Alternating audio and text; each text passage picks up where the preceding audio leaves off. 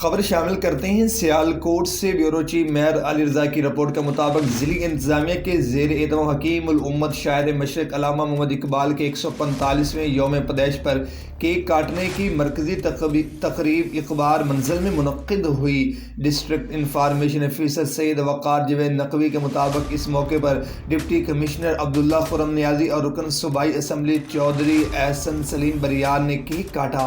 Additional deputy commissioner general شاہد عباس، سی او municipal corporation زبیر وٹو، سی او ضلع council الفت شہزاد، عبدالشکور مرزا، ریاض حسین نقوی اور بزم ادب صدر شمیم خان لودھی کے علاوہ مختلف شعبۂ زندگی سے تعلق رکھنے والے افراد نے کثیر تعداد میں شرکت کی۔ ڈپٹی کمشنر عبداللہ خرم نیازی نے اس موقع پر میڈیا کے نمائندگان سے خطاب کرتے ہوئے کہا کہ مفکر پاکستان علامہ محمد اقبال نے بر صغیر کے مسلمانوں کو آزادی کا خواب دکھایا اور خواب کو حقیقت کا روپ دینے کے لیے خودی کا درس دیا۔ ڈپٹی کمشنر نے کہا کہ ضلعی انتظامیہ سیالکوٹ نے اقبال شناسی اور ان کے افکار کو اجاگر کرنے کے لیے ہفتہ اقبال منانے کا فیصلہ کیا اور شہریوں کی جانب سے ہفتہ اقبال منانے کے فیصلے کی پذیرائی حوصلہ افزا ہے۔ بعد ازاں ڈپٹی کمشنر امام الحق قبرستان میں علامہ محمد اقبال کے والدین کے قبروں پر پھولوں کی چادر چڑھائی اور فاتحہ خوانی کی۔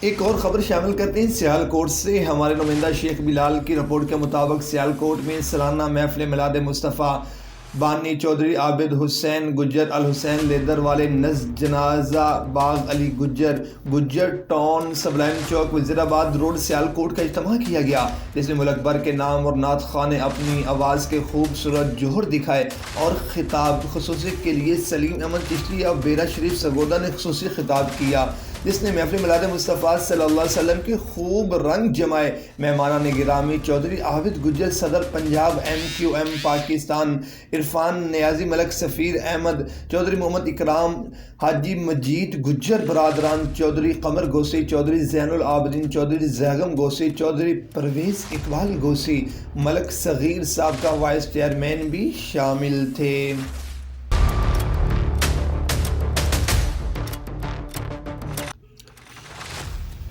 افسوسناک خبر سے آپ کو آگاہ کرتے چلیں، غازی مینارہ بائی پاس سرگودا روڈ پر تیز رفتار کار نے موٹر سائیکل کو ٹکر مار دی۔ حادثے میں موٹر سائیکل پر سوار ایک خاتون جاں بحق جبکہ 3 افراد زخمی ہو گئے۔